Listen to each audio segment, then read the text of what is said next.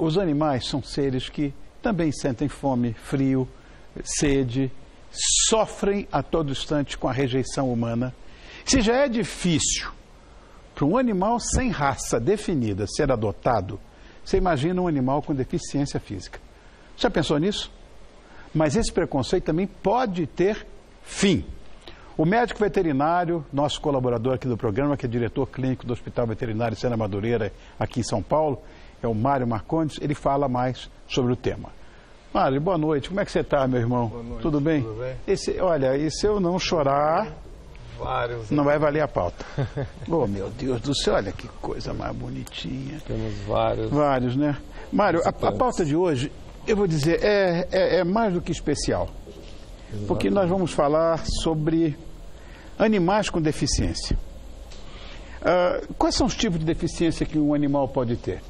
Então a gente tem desde cegueira, animal que não enxerga, até os amputados, problemas neurológicos, que vão ter sequelas neurológicas, e temos os com problemas de coluna, que podem ter paralisias, né? Que são esses que estão aqui hoje com a gente. Esse gatinho aqui, por exemplo. Exatamente, então eles têm, os três hoje aqui têm problemas de coluna, cada um com uma particularidade, que acabam tendo necessidades especiais de locomoção, que é uma paralisia, um tipo de paralisia, né? Certo. Então, o Paçoca, que é esse branquinho aqui, que ele sofreu um acidente automobilístico, então ficou paralisado dos membros posteriores. Então ele tem incontinência urinária e não anda. E não anda, ele tem que fazer uso dessa cadeirinha, né, que é uma adaptação. O Troy também teve uma queda da escada em casa, que é um acidente, né? E aquele outro gatinho, ele foi encontrado na rua, que é o Banguelo, o nome dele, né? Já com essa paralisia, né? Então, é importante ver que eles, na verdade, eles não têm tanto problema com a questão da vaidade. Eles se adaptam muito bem a esses apetrechos todos que a gente fala, que são as órteses, as próteses, e hoje tem muito desenvolvimento nesse sentido, né? Para trazer uma vida próxima do normal, né? Vamos dizer que as necessidades especiais que eles têm podem ser iguais às necessidades especiais que nós humanos muito parecido, né? Até eu estava falando com a Aline, a dona do Troy, aí nos bastidores, né? Ela estava exemplificando como as dificuldades que ela tem são muito próximas de um cadeirante normal. A questão de acessibilidade na cidade e tudo mais. Mas que ela não vê isso uma dificuldade, porque ela acha mais dificuldade lidar com um animal agressivo, por exemplo, do que um animal com uma necessidade especial. Que, na verdade, é só um cuidado especial. Por isso que é esse nome, um cuidado especial. Os animais, eles sempre vão precisar de cuidados, né? Então, todos os animais são como crianças, eles vão precisar de cuidado a vida inteira.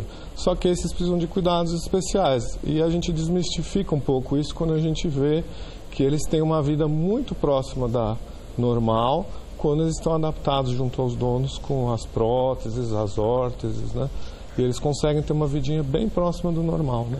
Mário, eu sei que algumas raças, eu já ouvi falar nisso, que algumas raças são propensas a ter um certo tipo, né, de problema e pode desenvolver uma certa deficiência. Eu já ouvi falar que, por exemplo, o Dachshund, que chamam de Basset aqui no Brasil, embora não tenha nada de Basset, que é o linguicinha, ele tem problema de coluna, o outro.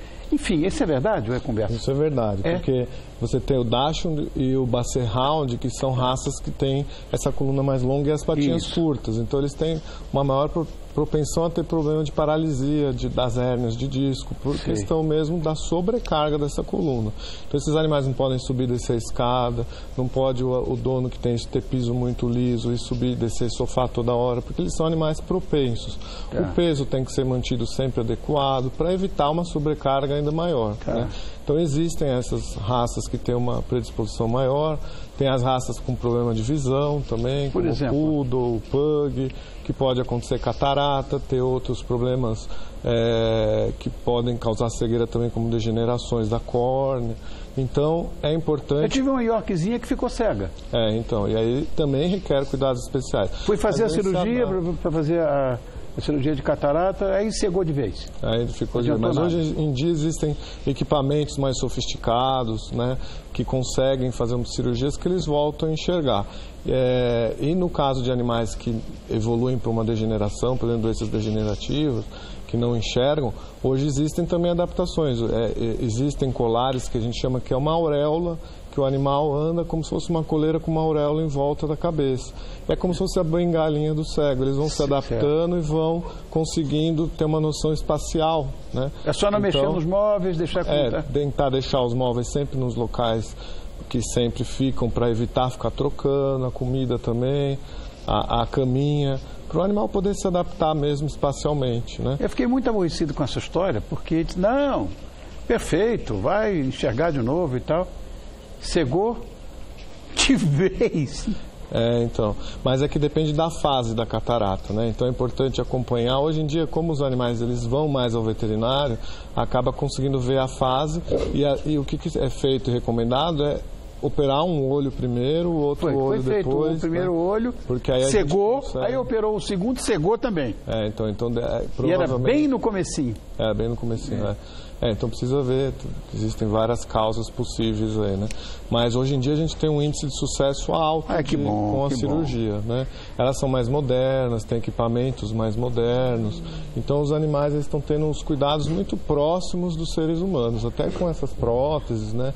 Hoje com as impressoras em 3D também, as próteses são fabricadas com uma precisão enorme. Maravilhoso isso. Então, e hoje, essa tecnologia é utilizada para os animais também. Então, você consegue com a tomografia planejar um membro, uma extremidade de um membro, consegue fazer muito próximo da realidade e o animal acaba andando normalmente com isso. Agora, mudança de rotina que a gente deve ter em casa, quando tem um pet deficiente, que a gente falou de não mexer nos móveis para os pets que ficaram com deficiência visual.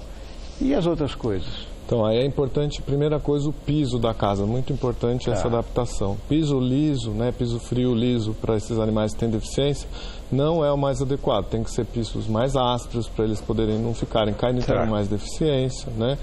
E a questão de acessibilidade igual tem para o ser humano, porque você vê o Troy tem essa cadeirinha que é como se fosse uma cadeira de roda. Então você pode esbarrar nos locais, tem que ter espaço para ele se movimentar. E ele é um animal saudável, alegre, ele se movimenta, ele brinca, ele tem uma vida normal, né?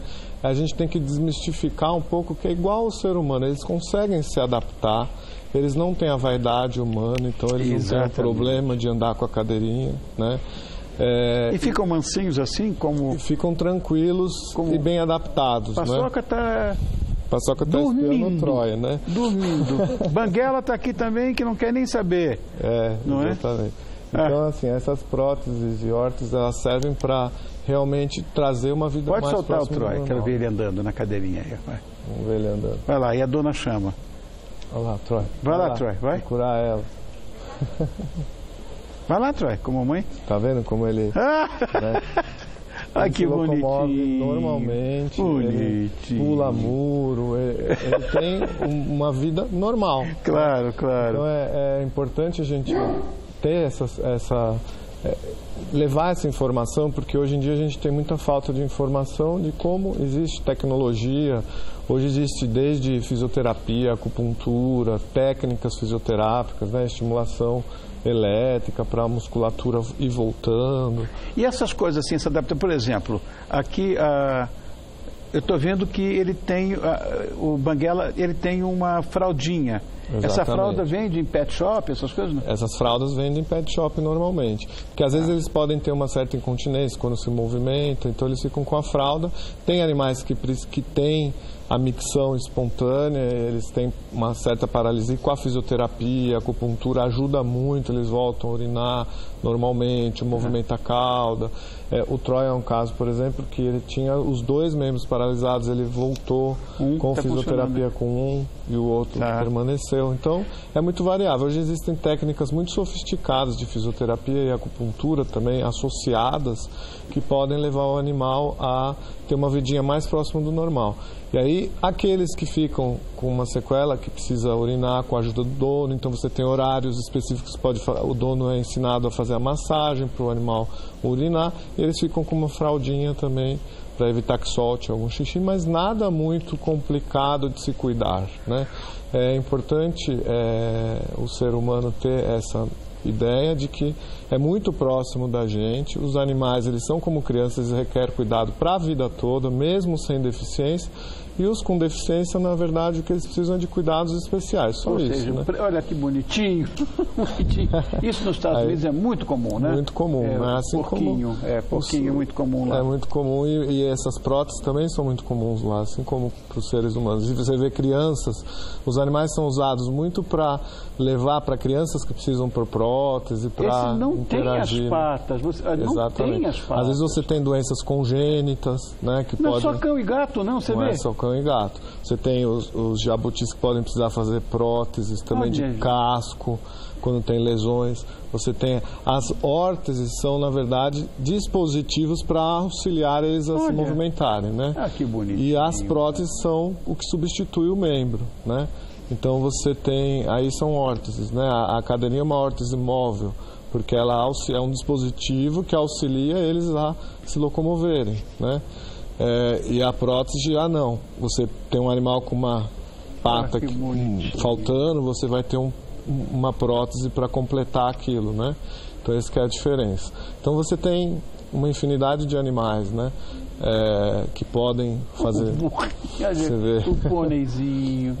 Esse já tem a cadeirinha e tem duas próteses na pata da frente, tá vendo? É prótese isso? É a prótese que é feita do tamanho da patinha do animal para poder caminhar, né? E eles têm esse com próteses, né? Porque aí você substitui a patinha, né? Você completa, né? O gatinho, semelhante com os que a gente trouxe aqui, quando eles estão paralisados, eles se movimentam assim, né? A cadeirinha ajuda eles a terem mais autonomia, né? Física, e você consegue estimular o animal acaba tendo uma vida muito próxima do normal, né?